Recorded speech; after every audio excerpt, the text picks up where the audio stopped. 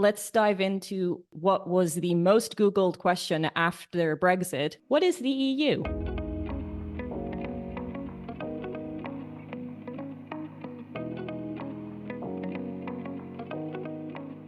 Hello, everyone. Welcome to Two Girls, One Reusable Cup, your sustainable support group, where we navigate the inequities and idealism of living a low-waste lifestyle in your 20s. I'm Marie, and as always, I am joined by the lovely Beth. Hello. And today is a very special day on the pod, as we are joined by two special guests. There is no sugarcoating this. Today's current political landscape is an absolute shit show. 2024 is a pivotal time in politics and democracy. The EU Parliament elections are happening in June. For the second time on this pod, I am not the one in the hot seat. Although if my mom asks, I can talk about this topic in my sleep. I am so happy to welcome to the pod Alice and Sarah, who are both trainees at Eurofound and have graciously given up their evening to explain to us the EU and the upcoming EU elections, because by God, is this stuff confusing. So, welcome to the pod. Hi. Thank you for having us. Thank you so much for coming on to the pod. We really, really appreciate it. This is a first for us. We've never had guests before, so thank you so much. So exciting. I wanted to start getting to know both of you because, as I mentioned in the intro, you are both trainees at Eurofound, and I just wanted to know what actually brought you there. And for our listeners, and probably Beth, because she didn't have my childhood, Eurofound is the abbreviation for European Foundation for Improvement of Living and Working Conditions, which is a mouthful, which is why we're going to stick to Eurofound. Let's start with you, Alice. What brought you to Eurofound? Basically, I studied political science in my bachelor's, and then I did international relations in my master's. And what happened is that I'm really interested in European institutions. I thought it could be very cool to have an experience here. Also, can I say that opens many doors?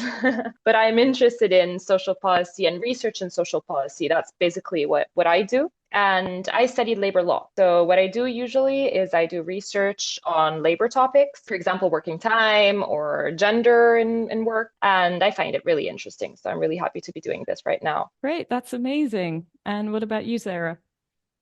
I would say I second what Alice just said. I also am a trainee at Eurofound because of my background in political science and European studies. I studied both of these things in my bachelor's and master's degree and really wanted to keep this international focus, preferably EU-based, in my career, if you want to call it that, even if we're at the very beginning. So I was looking for an opportunity, some sort of a traineeship, internship or so, that has this connection to the EU. So Eurofound, being an EU agency that works specifically on certain policy areas, in our case, employment policy and social policy, I think is very, very good for that. And I'm very happy that I get this opportunity to engage with these topics and that our work directly goes to the European Commission. So I think it is a great experience for us. They're both super exciting careers, and it's really exciting to see you guys at the start of it and to see where you're going to end up. I was actually wondering, what does a day in the life of both of you kind of look like? Well, I wake up, I have breakfast, and I try not to be late. Then I run at work. We have to come to work minimum 2 days per week. So it could be in the office or it could be at home, as long as you have a laptop with you. And then it's pretty much going through whatever is necessary to conduct the research that you have to. And it's really interesting because it's kind of an extension of studying. Being research, obviously, it's kind of an extension of also, for example, my thesis studies that I did for my master's. That wasn't labor law, by the way, so that's why it makes sense. 5:30 or 6, you stop and you go for a beer and then you start again the day after. But it's really nice. It's really interesting to do.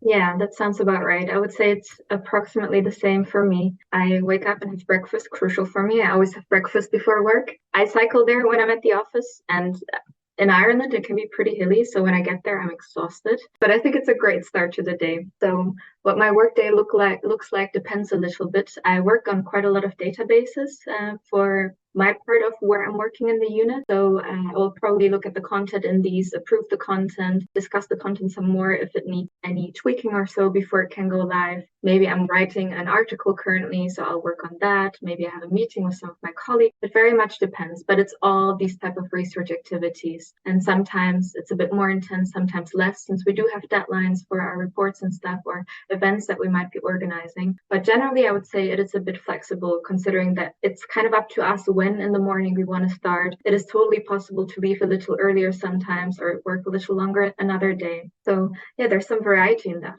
So the beer at the end of the day is definitely crucial. The later it gets, the more beers you have. That's how it works. That is how it works. And it's fantastic to hear that you guys see it as an extension of your learning. That's fantastic. It sounds a brilliant day. And a very important question, have you guys found a local pub yet? We have actually. We've found a couple, I'd say. One is a bit more posh, and the other one I think is a bit more underground, but we have. Yeah, but I feel like generally, no matter what pub you go to, it's going to be a good time because I feel like the pub culture here is just so you can go there for whatever reason. If you want to be a little more fancy, you can do that. If you want to eat, you can. I actually tend to have tea at the pubs in the evening when I go there because I'm not big on alcohol. Like it depends. Sometimes I'll have a cider or so. But honestly, I just go to the pub and I have chips and tea and I call it a day and I love it. I rate that. I think that's fantastic. I would do that. Chips and tea and then off to bed. Brilliant. And how are you finding living in Ireland? Because you're both not Irish, to travel to a new place for work, and also just Eurofound in general. Don't worry if you say something scandalous, I will edit it out and I won't tell my mom. Well, thanks so much. Personally, I'm from Rome, so the weather is completely different compared to Ireland, definitely. So that is a con of being in Dublin. On the other hand, I find it really cool that a U agency is here, because I think from what I know, it's the only U agency that's in Ireland, or in Dublin at least. And it makes it very cool because while you still have the environment of the U agency, of course, because the office is here, it's very big, it has a lot of staff. On the other hand, it's not like Brussels, so it's not too full of people in the same environment. It's very culturally different. And many people in Dublin don't even know that there's such a big European agency here down south, because it's also far from the center. So that's really good. And it's a young city also, which I find interesting. It's expensive, must say. Apart from that, it's really good. Yeah, I agree with that. And I would also add, apart from Dublin itself, Ireland and the surrounding areas of Dublin, also where Eurofond is stationed in the very south, there's a lot of nature around here. We're very close to the sea, we're close to the mountains. So anytime I look outside, I feel like I can spot a fox or something like that, which I find very amazing. That's a difference as opposed to what I'm used to, I would say. So I grew up in Germany, but my family's from Poland. I definitely have some experience in living abroad already. So it's not my first time that I moved somewhere for a specific reason. Usually was study-wise for me in the past. I like it, even though personally I'm getting a little exhausted of moving around so much, but I'm really enjoying Ireland, especially for the mixture of being so close to the city here and having the opportunity to explore all the different parts of Irish nature so close by. So I'm really enjoying that. Ireland is a lovely country and was a nice place to grow up in. This is almost a perfect transition to the topic of this episode, because the reason that, sorry, Beth, exception, but the reason all of us are living in a country that we are not from is because of the EU. That is why I grew up in Ireland and I'm currently living in Portugal as well. Let's dive into what was the most Googled question after Brexit. What is the EU? To answer this question is actually easier than we could all imagine, from what I would say. So basically, it's a supranational union. It means it's made of different countries. And it's a really interesting case in the global scenario, because it's a case in which countries give up part of their sovereignty and give it to bigger institutions. So basically, this would be the very easy and very basic explanation. What happens is that how it works makes it much more difficult to explain, obviously. I'll give just some basic facts I think could be interesting, but I think we all know them at the same time. So we know that we have a single currency, and it is used in 19 countries out of the 27 of the EU. So not all EU countries have the euro. And as we know, there is no border control in the Schengen area. Again, this is just valid for 22 countries that are part of the area. And what the EU is based on as its economic engine is the internal market. So that's what moves the economic part of the European Union. And of course, I think one of the most important things to say is that it's based on some very important values. I think that will also help conduct the discussion later about no spoiler, I won't say that. But human dignity, freedom, democracy, equality, I think they feel a bit, how do you say that in English? When you feel like they're common and they're widespread being a European citizen. While it's times in which maybe we should remember they're not actually. So that should be remembered. And they're listed in the Treaty of the European Union whenever you want to consult them. They're there. And that's that. What would you say the kind of main goal of the EU is? For me, this is a difficult question. Sorry, I'm going straight in there. But it was born to have an economic goal. So when it was founded, it was entirely economic. The thing is that developing since post World War II, it's gotten to be involving many other policy areas. So what happens now is that it's not just about economic interest. And of course, the countries are very diverse between them. And so I wouldn't say there is one single defined goal. I would say that the goal would be to create an environment in which those values are respected, hopefully, at least trying to respect those values that are enshrined in the treaties. Yeah, I would agree with that. And the unique thing is that this can happen within the EU with so many different member states that have their own language, that have their own culture. And yet there is this guiding entity where member states, as Alice amazingly explained, actually give up some of their power to give that to that other level so that there is this guidance for all these member states. From like a novice understanding, because of course it was born post World War II, it's basically the idea, if we're all in bed together, we can't destroy each other, basically, in layman's terms, how I would explain it. Keeping everyone on equal footing, I think that was the primary idea of it. And now it's transitioned like to the point where I need to bring in experts to explain it. I was going to say, because it is quite a complex thing. I think how you've explained it is really, really good. Yeah, no, it's absolutely fascinating how it started and how it's evolved into what it is now and what the future of the EU is looking like, which is kind of why we're talking now about the EU elections. Yeah, also because if I can say, not everyone is really content about the EU as an institution. Like it's not given that every member state or as we will see, members of the parliament agree with the setting, both economically and socially, of the European Union. So that's a fact. Yeah, and this is why it's kind of a bit of a scary time. So we can like move on towards talking about the actual elections. So in June, between the 6th and 9th of June, it is different in every country. You need to check your country when the vote actually is. Let's do another basic question. What is the EU Parliament? And I know this can go on because it's confusing and it's also massive. I will try to keep it simple, but I do think it can get complex quite fast, as you already hinted at. So the European Parliament is basically the only EU institution that is directly elected by the whole population of the EU, and it is there specifically to represent the interests of the EU citizens. There's representatives from each of the member states based on the population that they have, so how many people live in which of the different EU member states. That amount of representation you also have at the EU level. So, for instance, there is about 700 MEPs in total in the parliament, and then the bigger member states such as France would have 81 members. A middle big member state such as Hungary perhaps would have 21 members in the parliament, and then the smaller states would have 6, such as Cyprus or Luxembourg. The parliament doesn't propose legislation in and of itself, but it does approve the laws. The laws for the EU cannot pass without the approval of the parliament. And the role of the parliament is kind of negotiating and improving also the EU's budget and overseeing the commission, which is another crucial instance of the EU that we'll get to later, I think. So the parliament also has a leader. Currently, that leader is from Malta. But yeah, basically, these 700 members of parliament represent the 450 million EU citizens, and they debate, shape, and pass laws in there.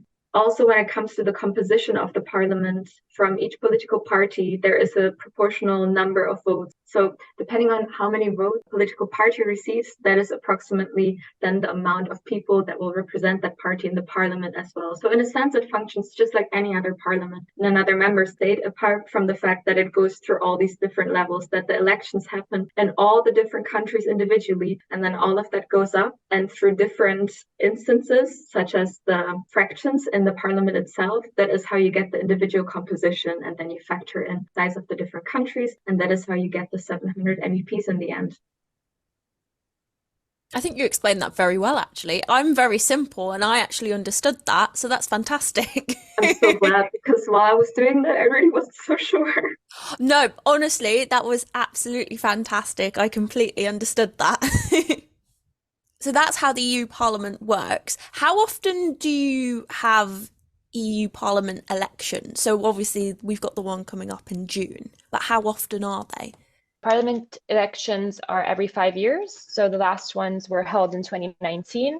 Also, a fun fact, not really a fun fact, it's a legal fact, but we can make it fun eventually, is the fact that in 2019, we were voting for 705 members of the parliament. 15 more were added to these elections. So now we're voting for 720, and the additional 15 seats are going to be divided between 12 member states. And so it can vary, the number. In general, what we know is that the total of the members cannot exceed 750, including the president.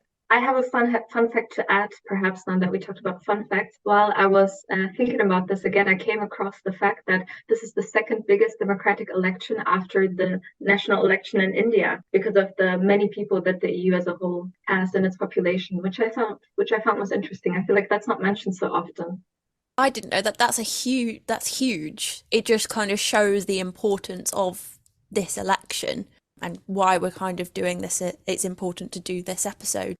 And also, I think is relevant that it's just the 10th time that these elections were held, obviously. So we're going to vote for the 10th time in general this year in June. And so in 2019 was the 9th election for the European Parliament. That is a crazy fact. I'm usually the one who says the fun facts, so I love learning this stuff. Let's talk about the breakdown of the parliament itself and the political groupings. There are 7 major political groups at play, and I was wondering if you could talk us through each of them if possible, and maybe also like the current state of the parliament, what that looks like. Difficult question. I can do that. So I'm not really sure about the actual manifestos of each group. There are 7 political groups. What happens is that parties are put together in these political groups. When you vote, you don't vote specifically for the group, but you vote for your party in your own country. That's how it works. Another fact is that currently the political groups are 7, and they are one group less than the previous parliament. They were 8 previously. Basically, I can go through them for decreasing number of seats. So the most populous is composed by the Christian Democrats, the European People's Party. Then we have the Socialist and Democrat, second biggest group. Then we have the Liberals that are represented by the group of Renew Europe. Then we have Identity and Democracy, which are right-wing, quite far right-wing, nationalist. And then we have the Greens, Europe Free. Then we have the Conservatives and the Reformists that are all together. And they are also right-wing, and they can be explained as mostly anti-federalist, so kind of softly Eurosceptic, I would say. And then we have the left group, that is the last one, and it's the left wing. It comprises different political parties. It has communists. It has also some Eurosceptic. What's interesting is that members of the European Parliament do not necessarily have to be part of a political group. So some of them are known as non-attached. So they're not part of any group. And also there is a minimum number needed to compose a political group. So you have to be at least 23 to create a political group. And also, something that has to be understood, I think is relevant, is that they're not organized by country.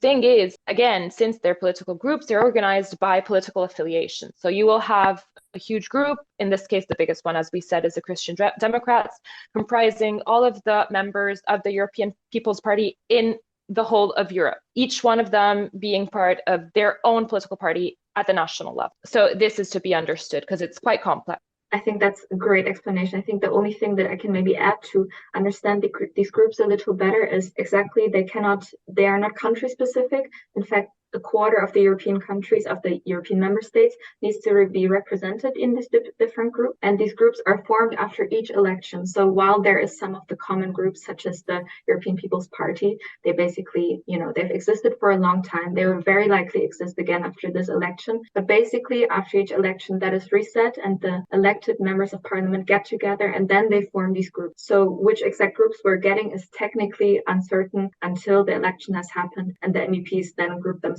So on a very basic level, again, I'm very simple, I apologise, everyone will vote for one of these political parties? Well, in a way, no, because they will vote for the national parties.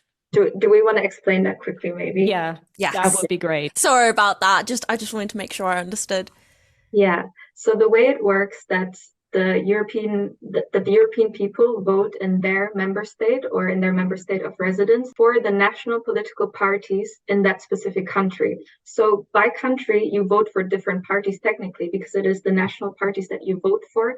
But then those people that are elected based on, let's say there's a Green Party in Ireland, let's talk about Ireland, and this party gets a certain amount of votes, and then based on how big that percentage is, this country sends MEPs from the Green Party to the parliament, and they will very likely form a group in the parliament with other Green politicians from other members. So technically we are voting for national politicians, but then all of that comes together at the EU level, which can make it a bit tricky since it therewith varies quite a lot by country.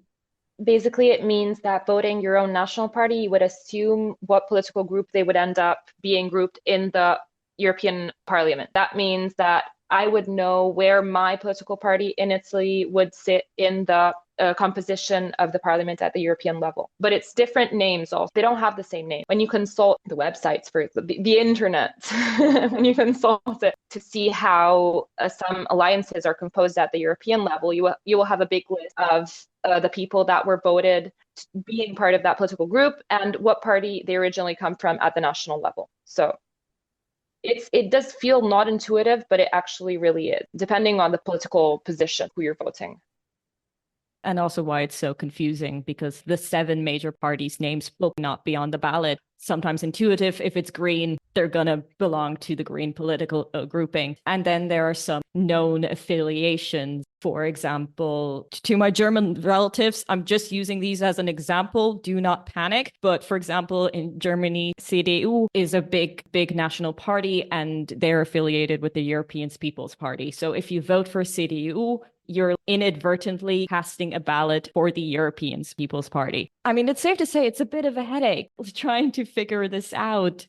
It's quite complex. I still think it's amazing how powerful that vote is, because you're not just voting on a national level, you're voting on an international level almost. I was actually wondering how do you, obviously I'm an outsider, I apologise, I can't vote, I hate that. How would you go about voting? Yeah, that is the important question. And I want to say this is where the headache comes in again, because to a certain extent, it differs by country. First step, as Marie said in the beginning, the election is between the 6th and the 9th of June, but not every country votes on the same day. So there's a website, maybe we can link it in the description of this podcast, where you can enter the different member state.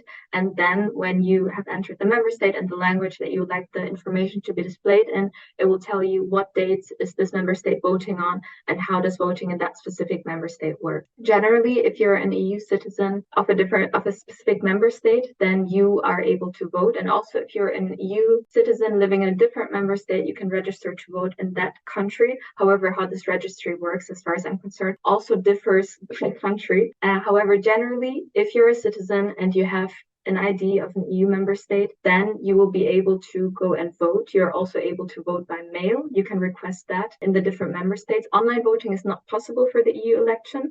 That is probably important to emphasize. For some national elections, that is the case, not for the EU election. But that is kind of how that works. You're able to, I think in a lot of countries, you by mail receive a voting notification as well, which you can then take to go and vote. It's almost like recycling. You have to check what your area accepts and how to do it in each area because it's different. In the pandemic, when people were traveling, you would have to check each country and what kind of forms and stuff you had to do, and it was different for everyone. So I think the key message here is to do your research and see what you have to do within your region. And let me tell you the absolute headache that I'm currently going through because I'm German, I'm currently living in Portugal. I'm trying to register myself to be able to vote in Portugal. The website that Sarah mentioned is europa.eu. I checked it. I saw what do I need to do to register myself? They said, go to your local municipality. I went to my local municipality. They have no idea what I'm on about. I've been there 3 times, I've gotten a different answer every single time. This shouldn't be this hard to register myself to vote. Obviously, I thought, okay, maybe there's a language barrier. So I asked my friend to call them. She got nowhere. So she's been calling them relentlessly. She's not getting nowhere. I'm just like, okay, change of tactic, time for emails. I start sending emails. I don't get it. I haven't gotten a response. Now, time is ticking because in Portugal, you have to, and this is another annoying part, each country has different rules. In Portugal, you have to register yourself 60 days before the election, and my time is slowly running out. So I'm starting to panic now. Luckily, I've got another way because I am also German, and I just so happened to be in the German embassy recently. So I asked, how can I register myself to vote? And they were like, okay, that's very easy. You just go to this website and then you have all the information. Fine. I go to the website and I have to fill out a 6-page document, but not online. I have to print it out, fill it out, send it to Berlin, where they're going to check it and then send back my voting documents. Luckily, the deadline not as tight. I have 21 days before the election instead of 60. So I think I can still get registered in time. But also, like, obviously, one of the main reasons for me voting is my passion towards climate action. And I'm just thinking about the carbon footprint of this envelope because I have to print it out, send it to Germany, and then they have to send it back to me. Also, I can vote. And it's just got me thinking, like, people aren't as stubborn as I do. Like, they'll reach the first hurdle and they'll just stop and not get further. And it's just the downside of this election happening throughout Europe because every country has a different rule. And it's just so frustrating. Let's just say I'm stressed and I feel like a hypocrite because I'm telling everyone to vote, but I'm still not registered to vote, but I've been trying, I swear. I just feel so sorry about your extra emissions, Marie, and how guilty you feel about that. That's like your sustainable sin of the episode. But yeah, I was going to say the same thing. I can't believe how kind of in some cases it's not that easy to register to vote. And like Marie said, we're very passionate about this, so we will be stubborn. Like Marie once researched for 6 months before buying a Kindle because she wasn't sure about the environmental impacts of it. So we're stubborn, and obviously I can't vote, but like we would be very stubborn. But I can understand it. There is a bit of a barrier, which is such a shame because it's such a powerful thing. But hopefully talking about it, we can get more people to register and tell them how important it is that they do that. Yeah, absolutely. I think after this story, we know, Maddie, you're trying everything to make this work, and I sincerely hope that that will be the case. I'm so sorry that you have to go through all of this. I was actually gonna say it may sound daunting. I think and hope that it is still true that it is not that daunting for almost everybody, because generally, if you are an EU national living in the same member state that you have nationality of, you should automatically be able to vote. There's no need to register. So that definitely applies to the largest chunk of the population. But then there are all these cases where it might not be that easy, unfortunately, which is, I think, one of the most common criticisms of the EU is that ultimately getting this to the people gets lost through all these levels and instances that information travels through. In Portugal, for EU foreign residents, the vote is voluntary, so you're not immediately registered. So it is up to you to get yourself registered. The beauty of it is once you're registered, you're registered. So I only have to go through this headache once. And then also, I cannot vote in national elections, but I can vote in local elections once I'm registered as well. But it is difficult, and also which shows why voter turnout in 2019 was like around 50%. It wasn't that great. And another reason a lot of people, my Portuguese friends, are telling me, like, the reason they probably have no idea what I'm on about, because it's not such a big deal here in Portugal, the EU elections. I don't know, maybe because Portugal is a small country and so they don't have that many seats, so they don't care that much. But not knowing in like the town hall going in and saying, hey, how do I register for the EU elections? And they're like, wait, what are you on about? It's a bit concerning.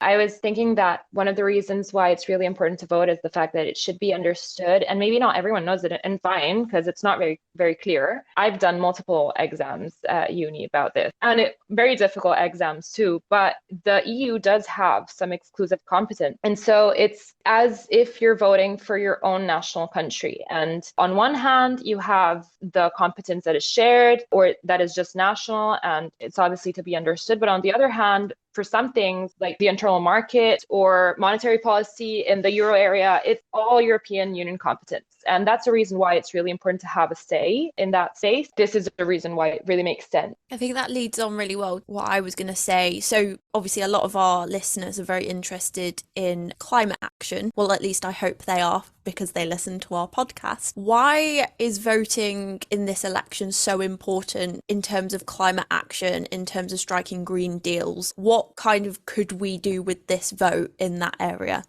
I can try to give a short answer on this, brief one. And it's difficult to estimate what is going to happen before an election. However, of course, there's a lot of talk on this and on the future of policies. Basically, people are expecting a lot more EU skeptical voices to be elected into the EU Parliament. We've been experiencing quite the slide to the right in a lot of the different EU member states, and this is expected to be reflected in the EU election as well, which would mean that not only are EU skeptical voices there, but voices on the economic right and social right as well, which would mean that there's also a high probability that the voice for green policies would shrink, and that the future of the policies that have recently been passed in terms of climate action just wouldn't be a priority anymore, potentially, depending on how this turns out. So a lot is at stake here. And also, if you think of the fact that the parliament also has a very important budgetary role, so it manages both the short-term budget, but also the multi-annual program, so the long-term budget, which means that it's really important because the Green Deal does have some important budgetary implications, and deciding where to put that money and how to address it would necessarily contribute or not to, for example, the reduction of emissions. We might see a very large shift to the right, which is very scary. And in terms, to answer your question, Beth, the Greens are forecasted to lose a third of their seats, about 27, according to Politico. And obviously that means, which I think we'll dive into next, the Green Deal would probably fall into the cracks because there's no one pushing for climate action, and it would greatly impact climate policies in the future. An interesting fact is also that 18 years old is not necessarily the limit age in all countries. So it is for most of them, but some of them have the legal age to 17 or 16 to vote, which I think is relevant because giving a say to 16-year-olds, I hope doesn't anything other than thinking of our future. They must be the most interested in doing that together with us, obviously, because we're very young. I guess this is quite an ambitious question and maybe a bit simple, but what I wanted to look at, like, the power of the vote and what kind of changes we could make with that vote, especially in the green space. What is kind of being said in terms of green policies, etc. I guess this is where we can dive into the Green Deal a little further, maybe. Everything is very complex to me, as I'm not an expert of the topic. The Green Deal is really panic, complete panic. It's very difficult to understand. I'm working on the topic in Eurofound too, because I'm on some projects about that and the twin transition in general. But anyways, the point is the Green Deal is an action plan, was created by the European Union, and it's supposed to make Europe the first climate neutral continent by 2050. So that's the whole ultimate goal. And that's the whole point. This being said, it comprises of a huge set of policies and policy measures, action plans, regulations, and so on. And what happens is that, from my understanding, all of these policies and plans regard different aspects of what the green transition can entail. To mention something, in 2021, the European climate law was passed, and it says that greenhouse gas emissions should be 55% lower in 2030 in Europe compared to 1990. So this is one of the first examples of how the Green Deal acts in general and what the point is.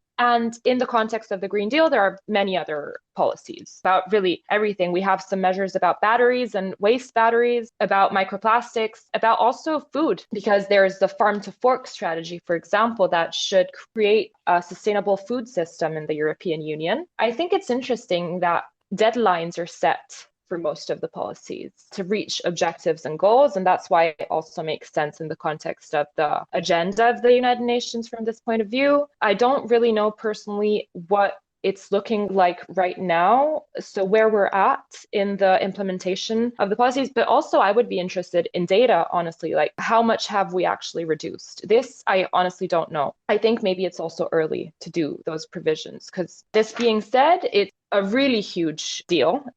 That summarizes it well. Yeah, it's a whole as big policy package. There's so many implications and so many policies that then have sub-policies and sub-directives and regulations that result out of it. We can get into that a little bit more.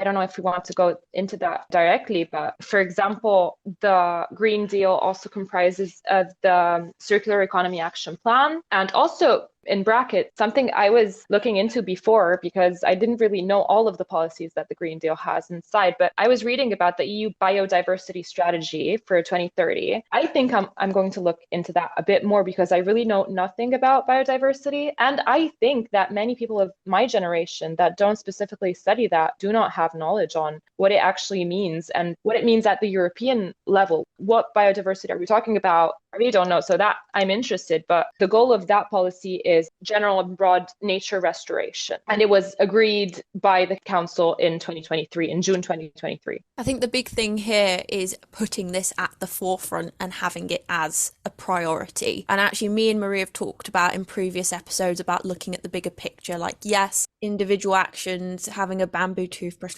that's all brilliant. But this is probably the best thing you can do. This is how we make change happen. It's through policies. And this is probably the best one going, which is why from kind of the point of view of being an environmentalist, this is why this is important and this is why we're talking about this. The Green Deal is the largest and most ambitious environmental plan in the world. It covers so many bases that I think that was a good point both Alice and Beth made, that the unfortunate situation with climate action, the results of policies in general, it's slow. It takes a while to see results, not like a matter of let's do this and tomorrow everything will be fine. And I think this is just like so frustrating. It's not just the bigger picture, it's like looking way into the future, and it's just like a decision now could impact us 50 years from now, and why it's so difficult because people want benefits now. And that's why climate policies keep getting pushed back, because they're like, well, like I'll be dead when this goes through. So it's just like, why bother? In terms of like calling back to previous episodes we did, Beth, Alice mentioned circular economy is a big part of the European Green Deal, EPRs, like we've talked about before in our fashion episodes. And I think it's also very interesting that she just mentioned biodiversity, because we just covered that when we talked about palm oil, restoring more biodiversity. And this is something that I also personally did not know that was part of the European Green Deal until I looked into it myself. This was in an article by The Guardian. Nature is dying faster than humans have ever imagined. 81% of habitats in Europe are in poor shape. We have put a massive toll on wildlife, and this toll will only get worse, impacting farms and ecosystems. But we are seeing a direct consequence of this decision. It means a lot of change in the future, and that is also why we're seeing a lot of protests from farmers recently. I don't know, Sarah, if you want to add anything to it. Yeah, I think I want to circle back to the question that Beth asked that started this whole discussion. In terms of the election and the Green Deal and future green policies, the importance and the reason why this matters so much right now is, are we voting for parties that are willing to support this and to make this a priority and to continue working on this package and realizing it now, as well as putting in the work that it will get realized in the future or less so. That matters largely, I think. And I would be happy to bring up another policy that we wanted to discuss in terms of green policies of the EU, which is the strategy for sustainable and circular textiles. I know we didn't talk that much about that yet, but I'm sure, actually, no, you have episodes about the textile industry and about clothing. Marie's face is just lit up right now. She is so excited for this policy. Let's bring it back to the strategy for sustainable and circular textiles. So this is in terms of the Green New Deal. This is part of the Green New Deal. This strategy has been evoked by this huge policy package that we just talked about. And more specifically, it focuses on the textile industry because it has the fourth highest impact on the environment and on climate change in terms of industry. So this is after food, housing, and mobility in the EU. It also, there's an incredible amount of water consumption involved, of land use, and raw materials are being used for the textile industry. There's an incredible amount of greenhouse gas emissions that are at stake here. This is what the strategy kind of wants to tackle in terms of green policies. Therewith focuses on the entire life cycle of textile products, from how they are grown potentially to how they are then being produced, what distance this product perhaps travels, where is it being sold, who benefits from it. All of these questions are looked at in the strategy. So it's all about production and consumption of textiles from the very beginning until they are perhaps not used as textiles anymore. The goal in this strategy, and the Commission is envisioning this for 2030,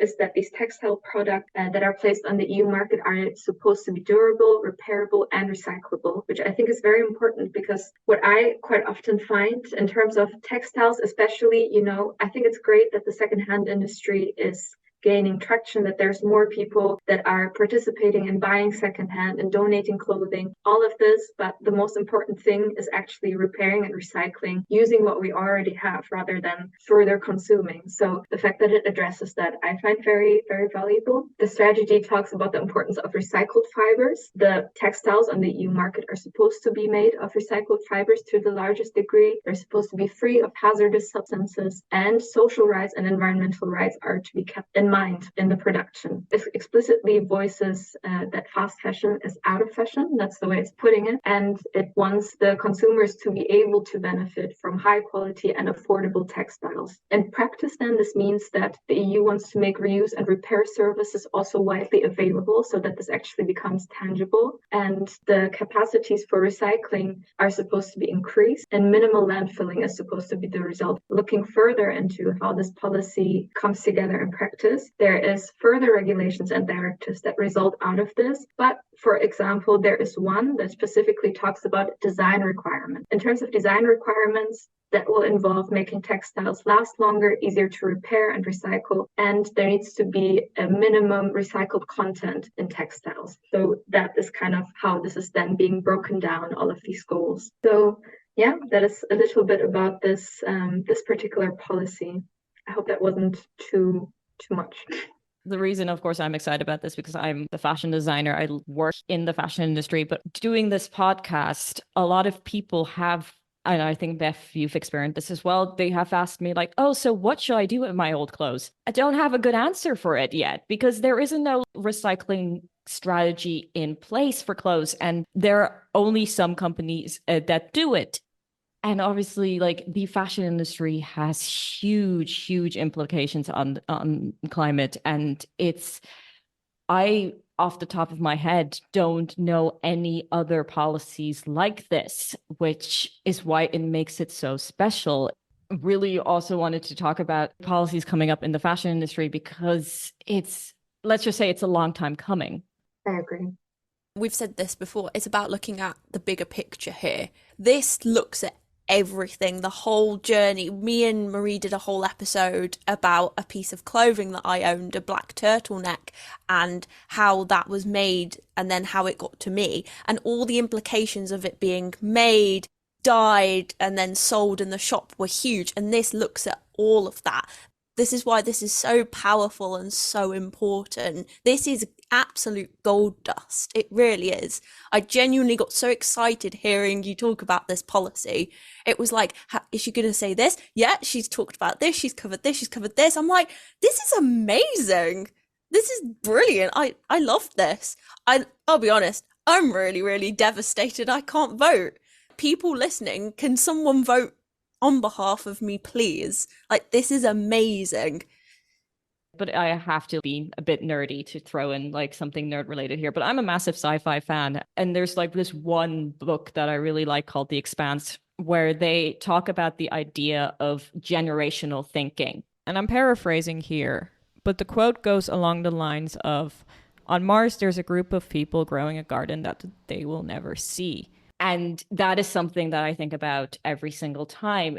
We might not see the immediate benefits of this, but future generations will. We have now, it's a journey, Beth, and now it's the bigger picture. We've got another quote for the podcast that we've been repeating throughout. But it is this idea, immediate benefits won't be recognized, but future generations will thank us. And it will be quite the opposite. Future generations won't thank us if we don't actually step up and make changes now.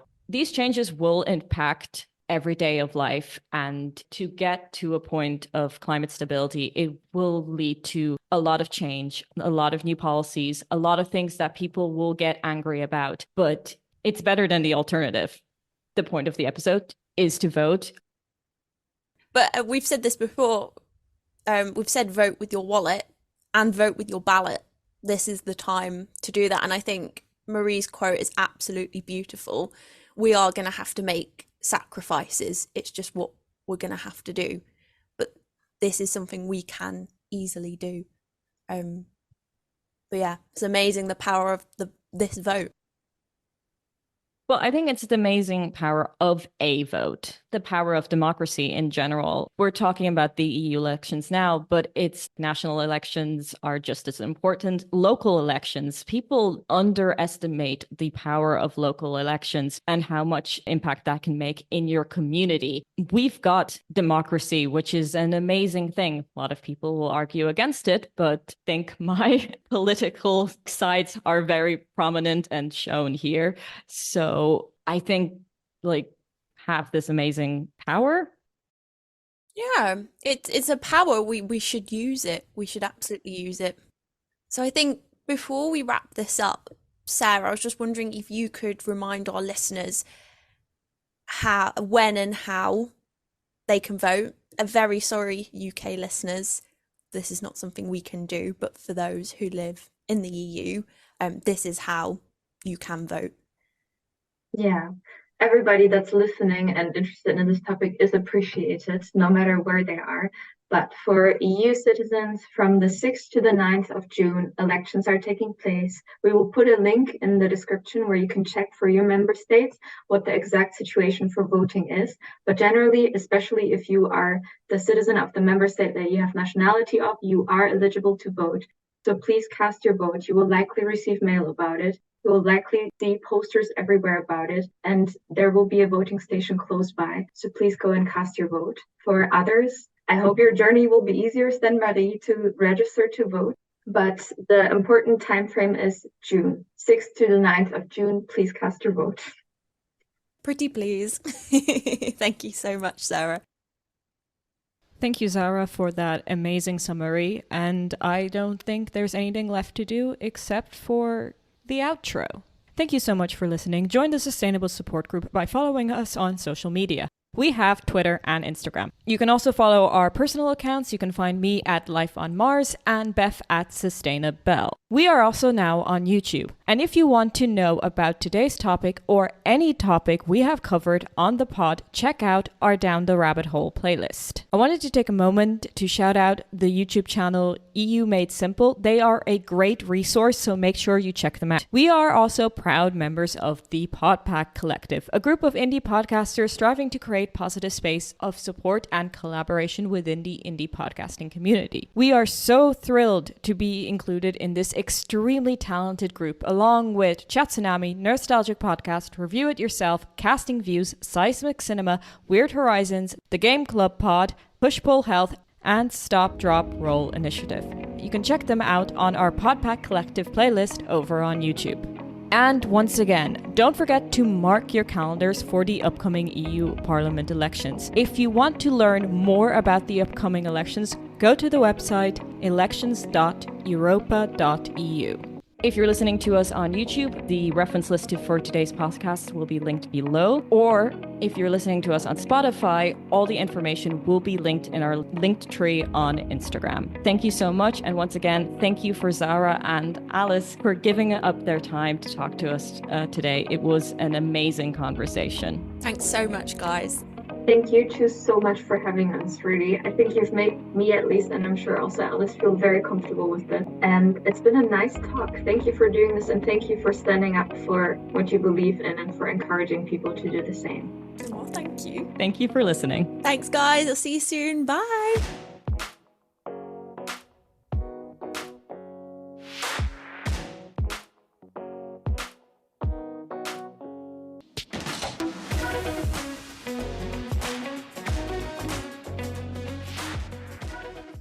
Welcome to Chatsunami, a variety podcast that discusses topics from gaming and films to anime and general interests. Previously on Chatsunami, we've analysed what makes a good horror game, conducted a retrospective on Pierce Brosnan's run as James Bond, and listened to us take deep dives into both the Sonic and Halo franchises. Also, if you're an anime fan, then don't forget to check us out on our sub-series, Chatsunami, where we dive into the world of anime. So far, we've reviewed things like Death Note, Princess Mononoke, and the hit Beyblade series. If that sounds like your cup of tea, then you can check us out on Spotify, iTunes, and all good podcast apps. As always, stay safe. Stay awesome, and most importantly, Stay hydrated.